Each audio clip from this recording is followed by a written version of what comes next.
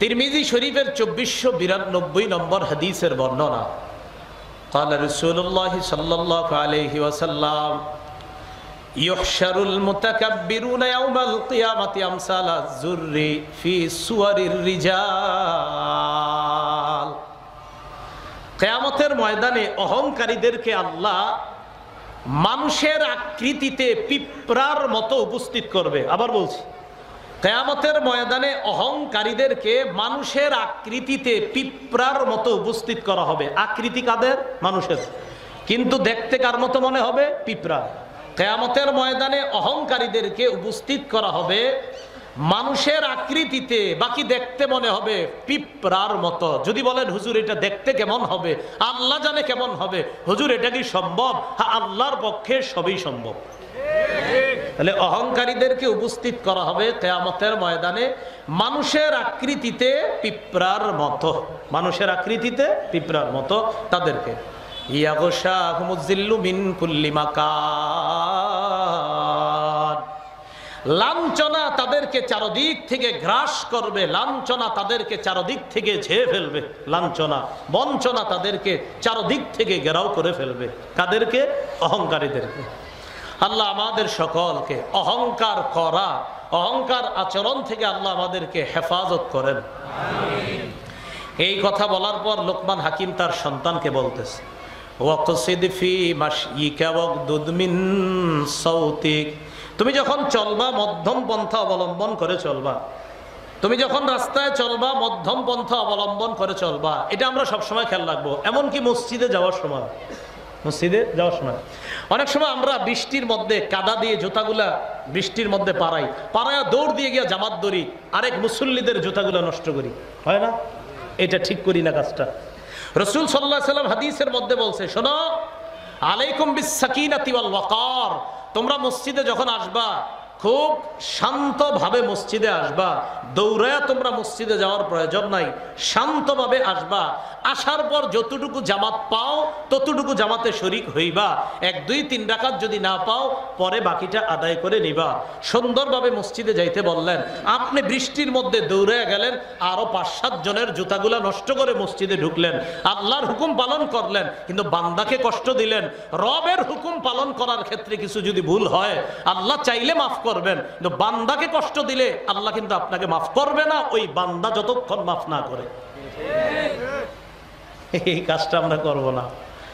দূরে গিয়ে এরকম ইয়া করে, হ্যাঁ। তো এই জন্য এগুলো আমরা না করা। এরপরে কোনো আলোচক যখন আপনার মাদ্রাসা মসজিদের সামনে আসে, মনে করেন আমি আসি যখন, বা কোনো আলোচক, তখন আমরা 5-7 জন কি করি, আলোচককে রিসিভ করার জন্য আরো 7-8 জনের জুতাগুলা পাড়াইয়া ওনার জুতাটা নিতে চাই। না, করবেন না। হ্যাঁ, যেন সচরাচর আমি আমার জুতা কাউরে এতটা সহজে ধরতে দিই না, কারণ উনি আরো 14 জনের জুতা পাড়া দিয়ে এসে আমারটা ধরতে চায়। কেন? আপনি আরেকজনে কষ্ট দিবেন কেন? আরেকজনের জুতাগুলা এরকম নষ্ট করবেন না আপনি। আরেকজন ওই ভাইয়ের জুতা, উনি চামড়ার জুতা হোক, কম দামি হোক, বেশি দামি, আপনি তার জুতা নষ্ট করার, তার জুতায় কাদা লাগানোর, বালু লাগানোর অধিকার ইচ্ছাকৃতভাবে আপনি রাখেন না। ভাই কথাগুলো মনে থাকবে? আমাদের এই ভুলগুলা হয় কিনা সত্যি করে বলেন। আল্লাহ আমাদেরকে হেফাজত করেন। ওয়াকসিদ ফি মাশইকা। আল্লাহ বলেন, লোকমান হাকিম তার সন্তানকে বললেন, তুমি মধ্যপন্থা অবলম্বন করবা হাঁটার ক্ষেত্রে। ওয়াগদুদ মিন সাউতিক। আর তোমার আওয়াজটা তুমি নিচু করবা। উঁচু আওয়াজে বেশি কথা বলবা না, নিচু আওয়াজে নিম্ন স্বরে কথা বলবা। বেশি আওয়াজে কথা বলাটা অনেক সময় খারাপ শোনা যায়। আল্লাহ বলেন, ইন্না আনকারাল আসওয়াতি লাসাউতুল হামির। সবচেয়ে নিকৃষ্ট আওয়াজ হলো গাধার আওয়াজ। সবচেয়ে নিকৃষ্ট আওয়াজ কার? তো এই জন্য আমরা মাঝে মাঝে এমন ভাবে কথা না বলা যে আমাদের আওয়াজগুলা শুনতে অনেক খারাপ দেখা যায়। আল্লাহ আমাদের সকলকে কথাগুলা বুঝার তৌফিক দান করেন। আয়াত থেকে কি শিখলাম? বাবা তার সন্তানকে শরীয়ত শিখাইতে হবে, বাবা তার সন্তানকে ইসলাম শিক্ষা দিতে হবে ছোটবেলা থেকে। আল্লাহ আমাদের সব বাবাদেরকে তাদের সন্তানগুলা যেন এইভাবে ছোটবেলা থেকে গড়ে উঠাইতে পারে, আল্লাহ তৌফিক দান করেন। এবার দেখেন সূরা বাকারার 131, 132 নম্বর আয়াত। আগে আমরা সবাই দিল থেকে বলি, আমাদের ধর্মের নাম কি? ইসলাম মানে আত্মসমর্পণ করা, নত হওয়া, আল্লাহর কাছে সারেন্ডার করা। আমরা সবাই ইসলাম পালন করি, আল্লাহর কাছে নত হই। আজকে থেকে আমরা এই ইসলামের দাওয়াতটা আমার সন্তানকেও দিব, বলেন ইনশাআল্লাহ। দেখেন কি বলে আল্লাহ, ইয ক্বালা লাহু রাব্বুহু আসলিম। ইব্রাহিম নবীর তার রব বললেন আসলিম, আপনি আত্মসমর্পণ করেন। ক্বালা আসলামতু লিরাব্বিল আলামিন। ইব্রাহিম নবী জবাব দিলেন, আমি আমার রব বিশ্বজগতের রবের সামনে আত্মসমর্পণ করলাম। আল্লাহ বললেন আসলিম, আত্মসমর্পণ করেন। ইব্রাহিম নবী কয় আসলামতু, আমি আত্মসমর্পণ করলাম লিরাব্বিল আলামিন, বিশ্বজগতের রবের সামনে। এখন আমরা আপনাদের কাছে জানতে চাই, এখানে আমরা যারা বাবা আছি অথবা ইনশাআল্লাহ ভবিষ্যতে বাবা হব, আমরা ইসলাম বা আত্মসমর্পণ করি একমাত্র কার কাছে? তাহলে বাবার কাজটা পেয়ে গেলাম। এবার বাবার আরেকটা কাজ, সূরা বাকারা 132 নম্বর আয়াতে আল্লাহ বলেন, ওয়াওয়াসসা বিহা ইব্রাহিমু বানিহি ওয়া ইয়াকুব ইয়া বানিয়া ইন্নাল্লাহা আস্তাফা লাকুমুদ-দীনা ফালা তামুতুন্না ইল্লা ওয়া আনতুম মুসলিমুন। স্মরণ করো এই সময়কে যখন ইব্রাহিম নবী এবং ইয়াকুব নবী তার সন্তানদেরকে এই ইসলামের ওসিয়ত করেছেন, আর সন্তানদেরকে বলেছেন, ও সন্তানরা, মুসলমান না হয়ে মৃত্যুবরণ করবা না, মরবা যখন ইসলাম নিয়ে মরবা, ইসলাম ছাড়া কেউ মরবা না। তাহলে বাবারা পালন করবে ইসলাম, সন্তানকেও বলতে হবে তুমি ইসলাম ছাড়া যেন কবরে না যাও। এটা বাবা ইব্রাহিম নবী আর সন্তানদের মাধ্যমে আল্লাহ আমাদেরকে শিখাইয়া দিয়েছেন যে ইব্রাহিম নবী ইসলাম পালন করছেন, সন্তানদেরকেও ইসলামের ওসিয়ত করেছেন। তো আমরা যারা বাবা, আমরা নিজেরা ইসলাম পালন করব, সন্তানকে ইসলাম পালনের ওসিয়ত করব ইনশাআল্লাহ। তো এবার সন্তানটা তো বড় হওয়ার পরে না এগুলা করব, সন্তান যখন জন্ম নিবে তখন থেকে তার কিছু অধিকার আমরা রক্ষা করার চেষ্টা করব। সন্তানটা যেদিন জন্ম নিবে এদিন একটা সুন্দর করে ছবি তুলবেন, তোলার পর এটা ফেসবুকে দিয়ে দিবেন, দিয়ে বলবেন আজকে প্রথম বাবা হওয়ার অনুভূতি প্রকাশ করতে পারছি না, সর্বপ্রথম বাবা হওয়ার অনুভূতি আজকে আমি ভিতরে ভিতরে উপভোগ করছি, যেটা কাউকে বোঝানো সম্ভব না। নো ক্যাপশন উপরে লেখা দিয়ে দিলেন ফেসবুকে, এটা হলো প্রথম কাজ। আরেকজন লিখবেন চাচা হওয়ার স্বাদ অনুভব করলাম, এটা প্রথম কাজ না। কি কোন এটাই তো হচ্ছে প্রথম কাজ। এই বেচারা এখনো দুনিয়াতে আসে নাই, হ্যাঁ ফেসবুকে এসে পড়ছে। কেন এগুলা করেন বলেন? ওর উপরে না মানুষের নজর লাগবে? এই বাচ্চাটা এখনো দুনিয়াতে আইসা সারে নাই, কতগুলা কাজ বাকি আছে, এর আগে আপনি ওরে দিয়ে দিলেন ফেসবুকে। এরপরে বিপদে পড়ার পর দোয়া চায়, খালি কি কয় দোয়া চায়, ফেসবুকে দোয়া চায়। বাচ্চাটা দেওয়া দরকার না, এমনি দোয়া চায়, বাচ্চা না দিয়ে দোয়া চায় যে আমি বাবা হয়েছি, চাচা হয়েছি, দোয়া করবো। বাচ্চার ছবিটা দেওয়া দরকার নেই, কারণ কে আছে তার নজর খারাপ আপনি তো জানেন না। ও যদি বদ নজর লাগায় দেয়, আল্লাহ আমাদেরকে বুঝার তৌফিক দান করেন। দোয়া চাইেন, শুধু দোয়া চাইতে পারেন, কিন্তু ছবিটা দিয়েন না। তো আবু দাউদ শরীফের 5105 নম্বর হাদিস, এই হাদিসের বর্ণনাকারী উবাইদুল্লাহ ইবনে আবি রাফে। এই উবাইদুল্লাহ ইবনে আবি রাফে তার বাবা আবু রাফে থেকে বর্ণনা করেন, রাআইতু রাসূলুল্লাহ সাল্লাল্লাহু আলাইহি ওয়াসাল্লাম আযানা ফি উদুনিল হাসান ইবনে আলী ইবনে আবি তালিব রাদিয়াল্লাহু তাআলা আনহুমা হিনা ওয়ালাদাতহু ফাতিমাতু আলাইহা সালাতু ওয়াস সালাম।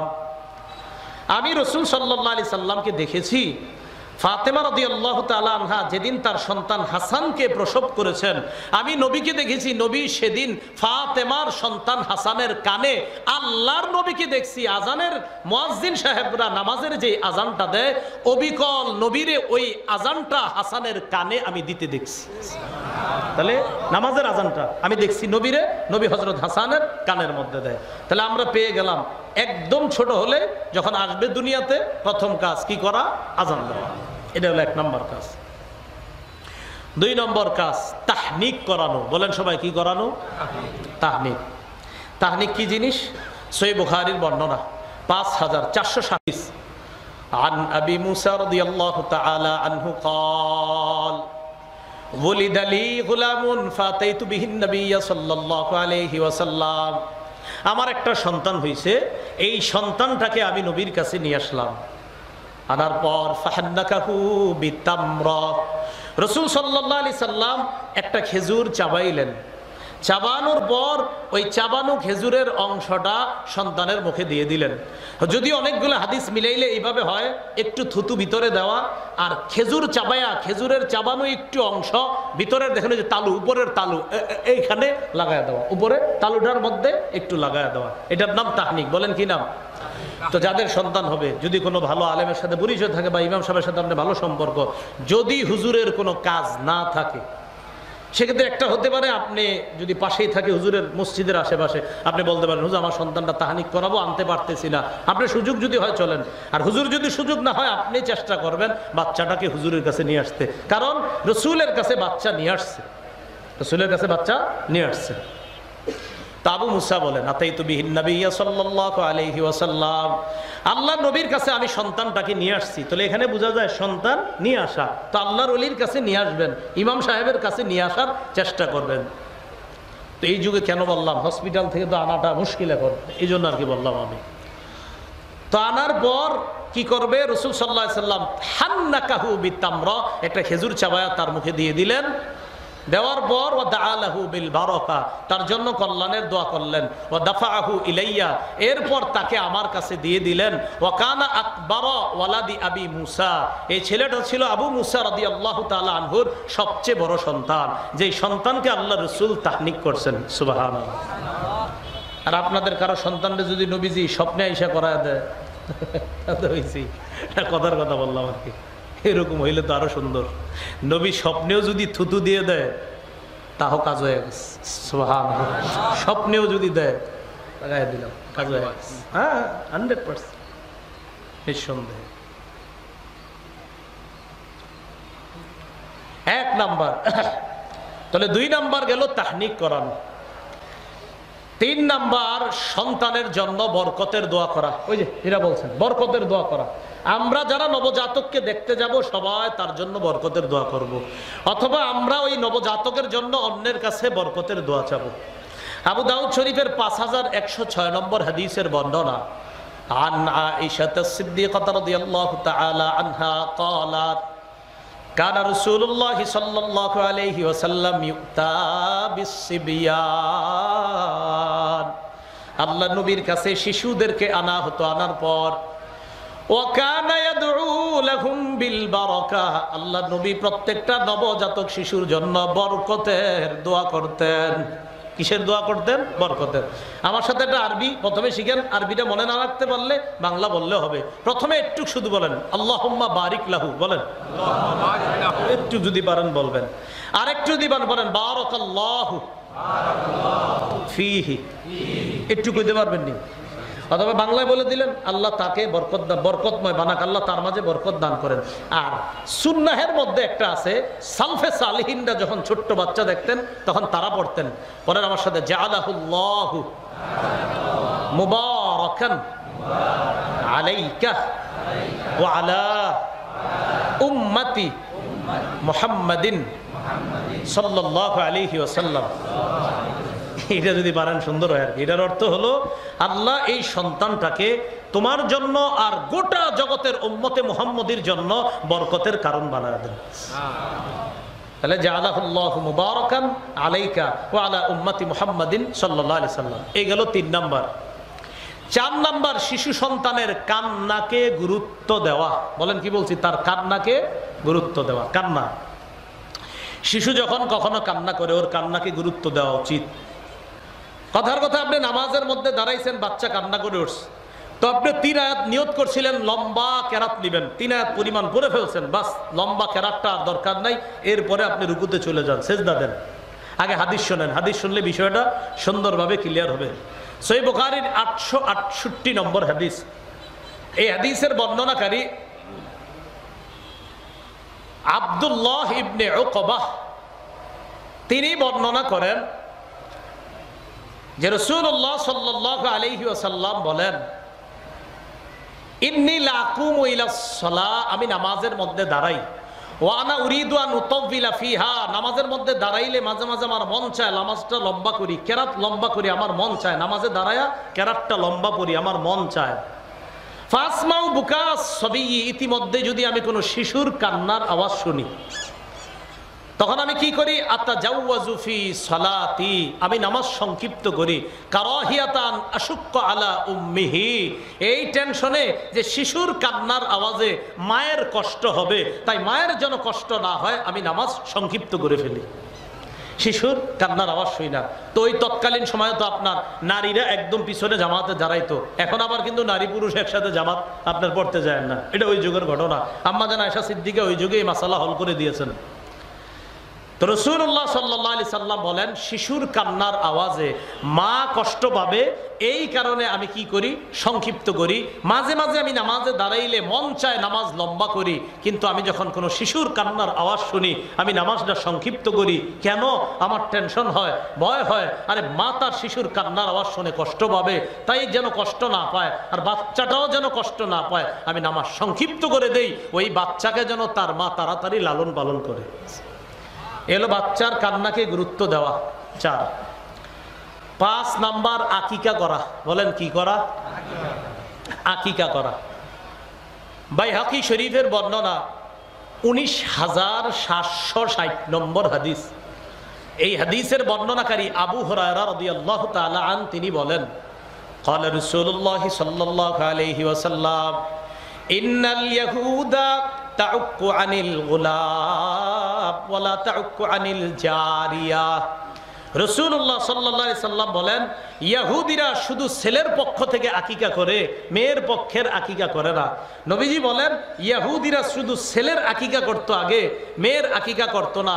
আমি নবী তোমাদেরকে বলছি, শোনো, ফাউক্কু আনিল গুলামি শাতাইন ওয়া আনিল জারিয়াতি শাতান। ছেলের পক্ষ থেকে 2টা বকরি, মেয়ের পক্ষ থেকে 1টা বকরি তোমরা আকিকা করবা। তাহলে ইহুদিরা ছেলের আকিকা করত, মেয়ের আকিকা করত না। নবীজি বলেন, শোনো, তোমরা ছেলেরও আকিকা করবা, মেয়েরও আকিকা করবা। ছেলের পক্ষে 2টা করবা, মেয়ের পক্ষে 1টা করবা। যদিও সামর্থ্য কম থাকলে ছেলের পক্ষে 1টা করলেও আকিকা আদায় হয়ে যাবে। মনে থাকবে নি? বুঝেন নাই? সামর্থ্য কম থাকলে ছেলের পক্ষেও 1টা যদি আকিকা দিয়ে দেন আপনি ছেলের পক্ষ থেকে, আকিকা আদায় হয়ে যাবে, যদি সামর্থ্য আপনার কম থাকে। আল্লাহ বুঝার তৌফিক দান করুন। নাসাই শরীফের বর্ণনা, কত দিনে আকিকা করবেন? সুন্নাহ হলো 7ম দিনে। বলেন কত দিনে? মানে বেশি সুন্নাহ। এরপরে যদি আপনি না পারেন তাহলে 14তম দিনে, এটার একটা বর্ণনা আছে। না পারলে 21তম দিনে। বাকি বিশুদ্ধ বর্ণনায় আসছে যে সবচেয়ে শ্রেষ্ঠ সুন্নাহ হলো 7ম দিনে করা। নাসাই শরীফের 4220 নম্বর হাদিসের বর্ণনা, আন সামুরা ইবনে জুনদুব রাদিয়াল্লাহু তাআলা আনহু قال قال رسول الله صلى الله عليه وسلم كل غلام رهين بعقيقته تذبح عنه يوم سابعه ويحلق رأسه ويسمى। রাসূলুল্লাহ সাল্লাল্লাহু আলাইহি সাল্লাম বলেন, প্রত্যেকটা নবজাতক আকিকার সাথে আবদ্ধ থাকে। 7ম দিনে তার আকিকা করবে, তার মাথার চুল মুন্ডন করবে এবং তার নাম রাখা হবে। তাহলে কয়েকটা সুন্নাহ এখানে শিখলাম। 1 নাম্বার 7ম দিনে আকিকা করা, 2 নাম্বার মাথা মুন্ডন করা, 3 নাম্বার নাম রাখা। যদিও জন্মের দিনেও নাম রাখা জায়েজ আছে। কোন দিনে? জন্মের দিনে নাম রাখা জায়েজ আছে। দলিল কই? সূরা আলী ইমরান।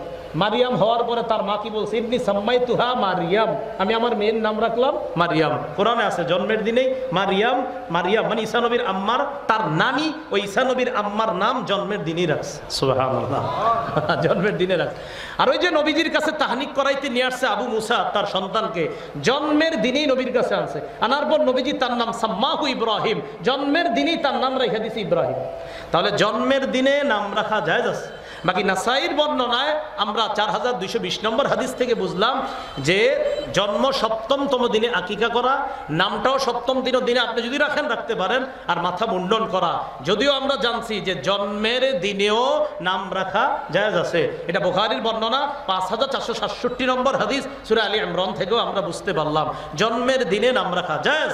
বাকি আপনি যদি চান 7তম দিনে নাম রাখা, আকিকা করা, তার মাথা মুন্ডন করা। কি ও কথাগুলো মনে থাকবেন ইনশাআল্লাহ?